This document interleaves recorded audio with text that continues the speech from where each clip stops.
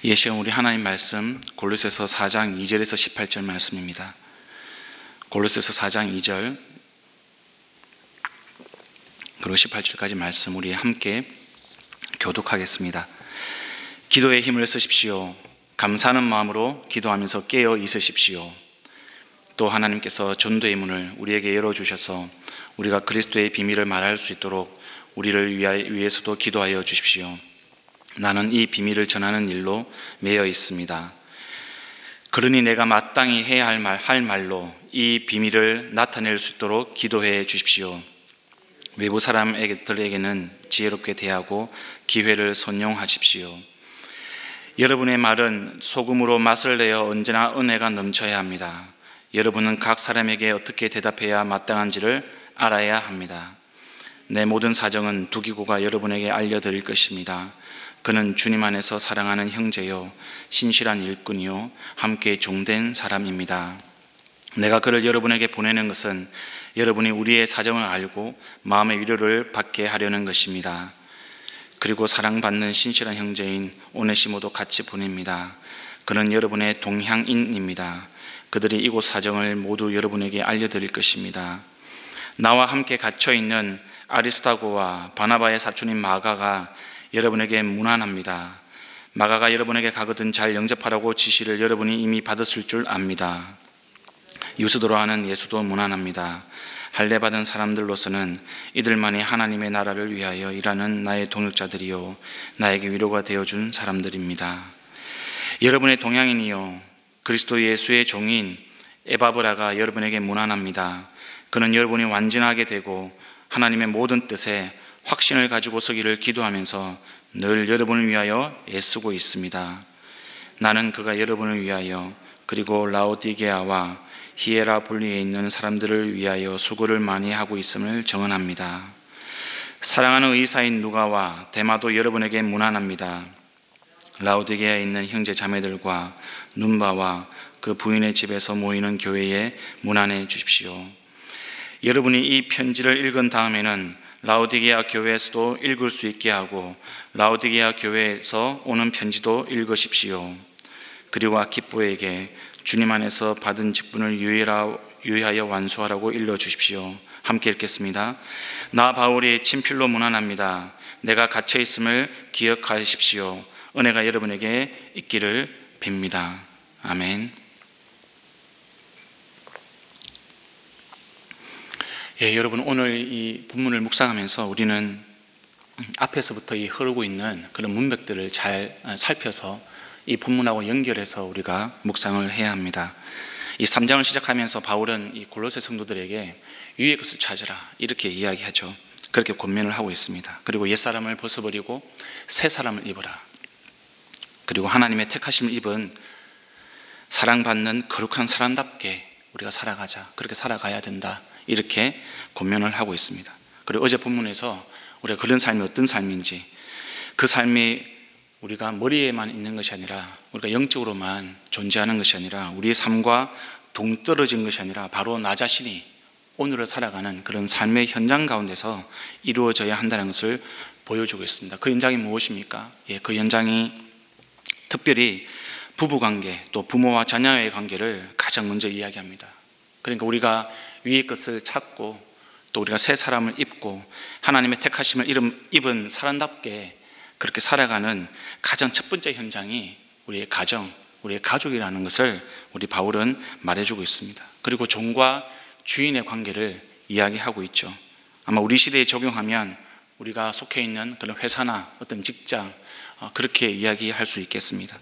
어떤 고용주와 직원 간의 관계에서 우리가 어떻게 하나님의 그 택하심을 입은 사람처럼 그렇게 사람답게 살아갈 수 있는 것인가를 사도 바울은 우리에게 다루어 주고 있습니다. 그리고 오늘 본문에서 이제는 기도와 이 전도의 삶이 하나님의 택하심을 입은 사람답게 사는 것이라고 말해주고 있습니다. 편지를 맺으면서 그 삶이 어떤 삶인지 우리 개인에게는 어떻게 적용할 수 있는지 그것을 사도 바울은 이야기하고 있는 것입니다.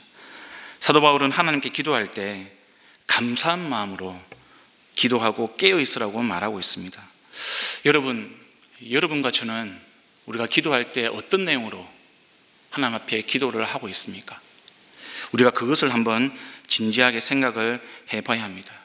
우리의 성공과 또 우리가 갖고 싶은 것, 우리가 누리고 싶은 것, 내가 하고 싶은 것을 이루어 달라고 하는 것이 우리의 기도의 주 내용을 이루고 있는 것인지 아닌지, 우리가 그렇게 혹시 기도를 우리가 이루고 싶은 것으로만 채우고 있는 것은 아닌지 우리가 한번 진지하게 생각을 해봐야 하는 것입니다. 성도 여러분, 우리가 감사하지 않을 때요, 우리가 감사를 잃어버릴 때 우리는 영적으로 잠든 모습이 됩니다.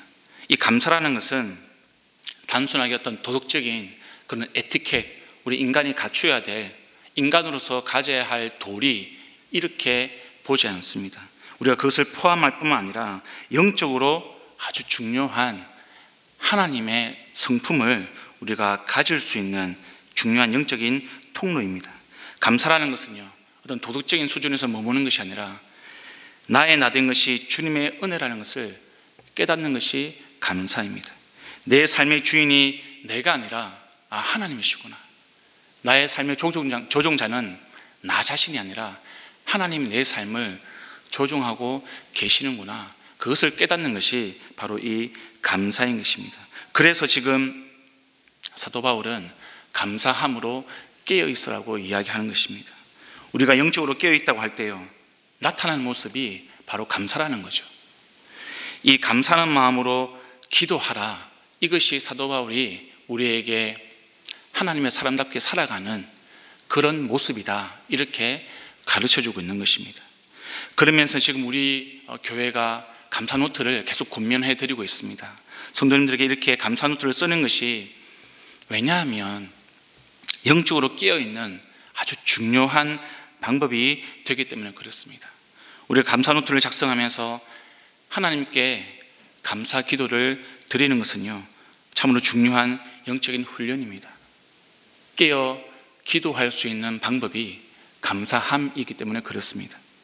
저와 여러분이 하나님의 택하심을 입은 사람답게 우리가 하루의 삶을 돌아볼 때 감사한 마음으로 기도하면서 깨어있기를 간절히 소망합니다.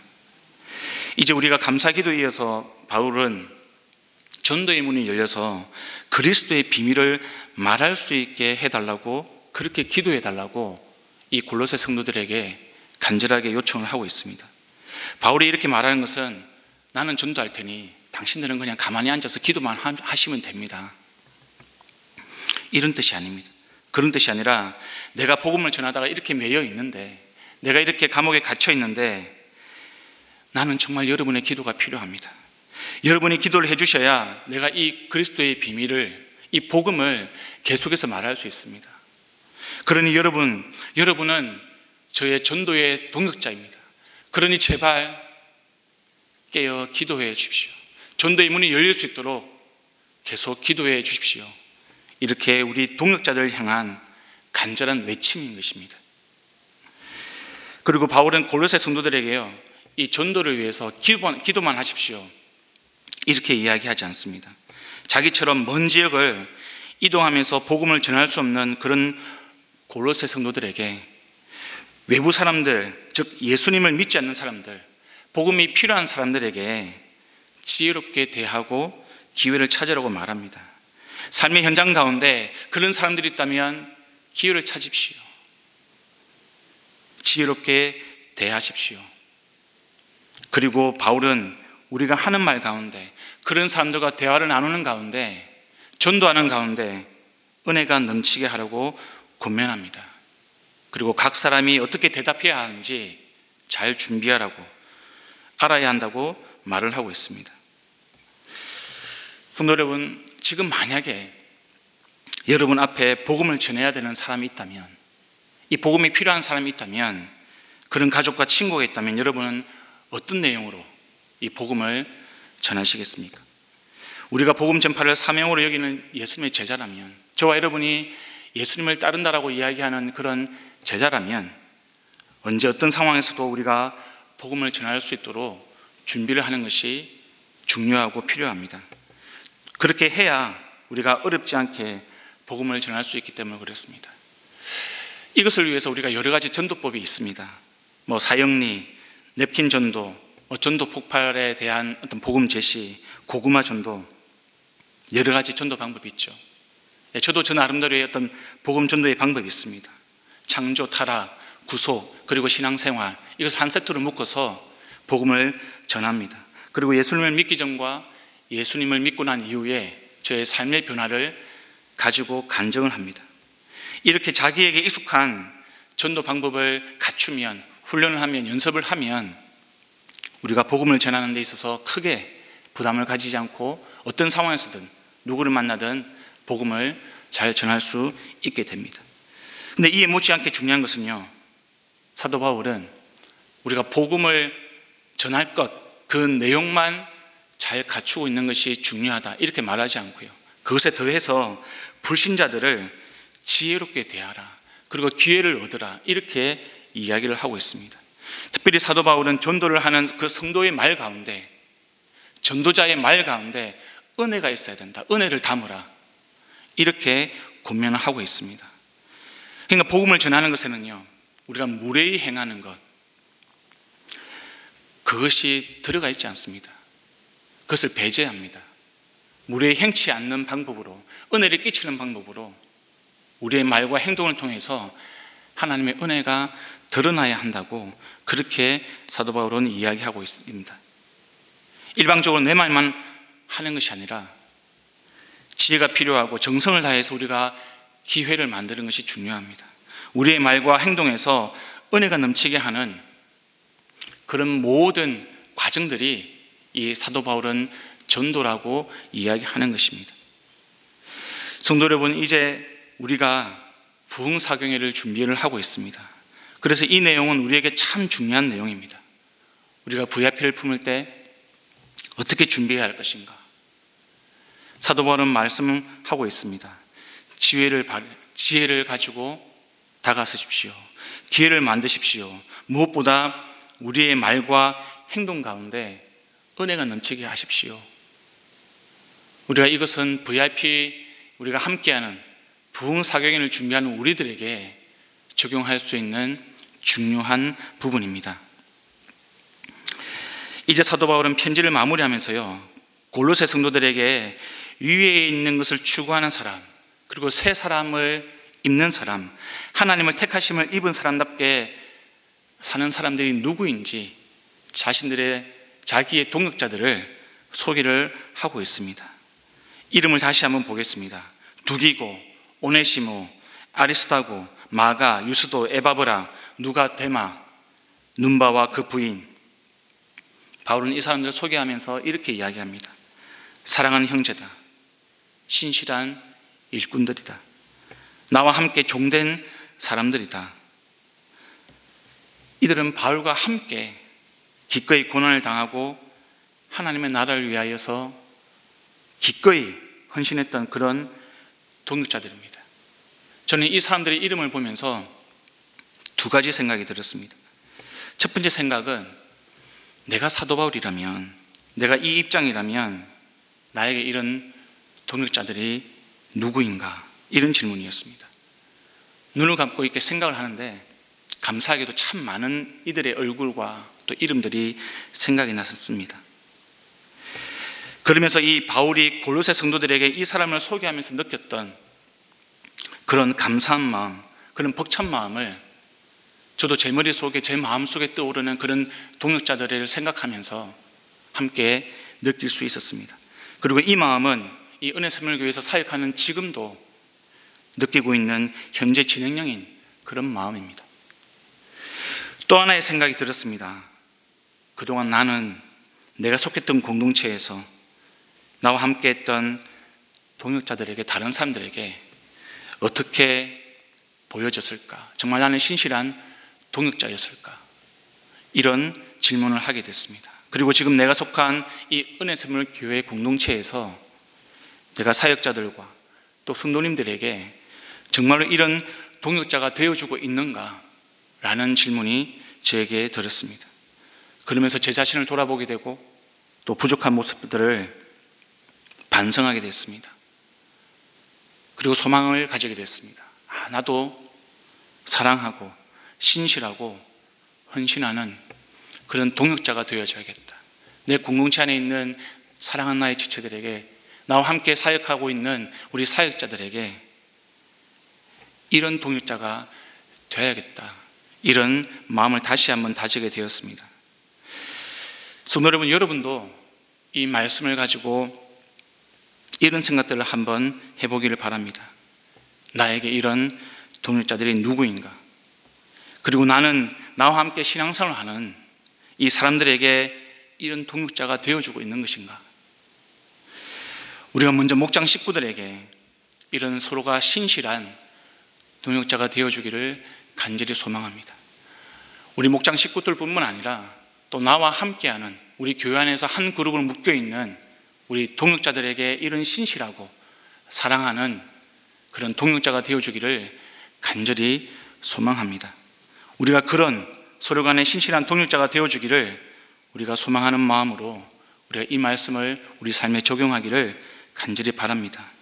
이미 그렇게 생각하시는 분들이 많으실 텐데요, 우리가 더 많은 성도님들이 우리 공동체 안에서 신실하게 하나님의 나라를 소망하면서 위의 것을 바라면서 우리가 새 사람을 입으면서 우리의 삶이 하나님의 사람답게 변하는 그것을 우리가 서로 확인하고 서로 소개해주고 서로 권면하고 서로 격려하는 그런 아름다운 공동체가 되기를, 우리 하나님이 기뻐하시는 그런 주님의 몸된 공동체가 되기를, 저와 여러분이 되기를 우리 주님의 이름으로 축복합니다. 이 시간 우리 함께 기도하기를 소망합니다. 말씀을 기억하면서 함께 기도하시겠습니다. 우리가 감사함으로 늘 깨어 기도할 수 있는 공동체가 될 수 있도록 전도의 문을 열며 우리가 무례히 행치 아니하고 사랑함으로 우리 말 가운데 우리의 삶 가운데 은혜를 담아서 하나님의 복음의 비밀을 전할 수 있는 그런 공동체 될 수 있게 해주십시오. 그런 삶이 될 수 있도록 하나님 도와주십시오. 그리고 그 삶 가운데 우리가 서로 가운데 신실한 동역자 될 수 있도록 하나님 우리 공동체 가운데 함께해 주십시오. 함께 기도하시겠고요. 오늘은 주일 예배를 위해서 기도하는 날입니다. 우리가 내일 예배를 드릴 텐데 나 홀로 예배 드리는 것이 아니라 우리가 공동체로 주님께서 부르셔서 예배를 드리게 하셨습니다. 그 예배를 통해서 우리가 오늘 사도 바울이 이름을 부르며 소개를 하였던 그런 우리 동역자들과 함께 예배 드리는 그런 은혜가 있기를 소망합니다. 마지막으로 우리 VIP와 함께하는 부흥사경을 위해서 함께 기도해 주십시오.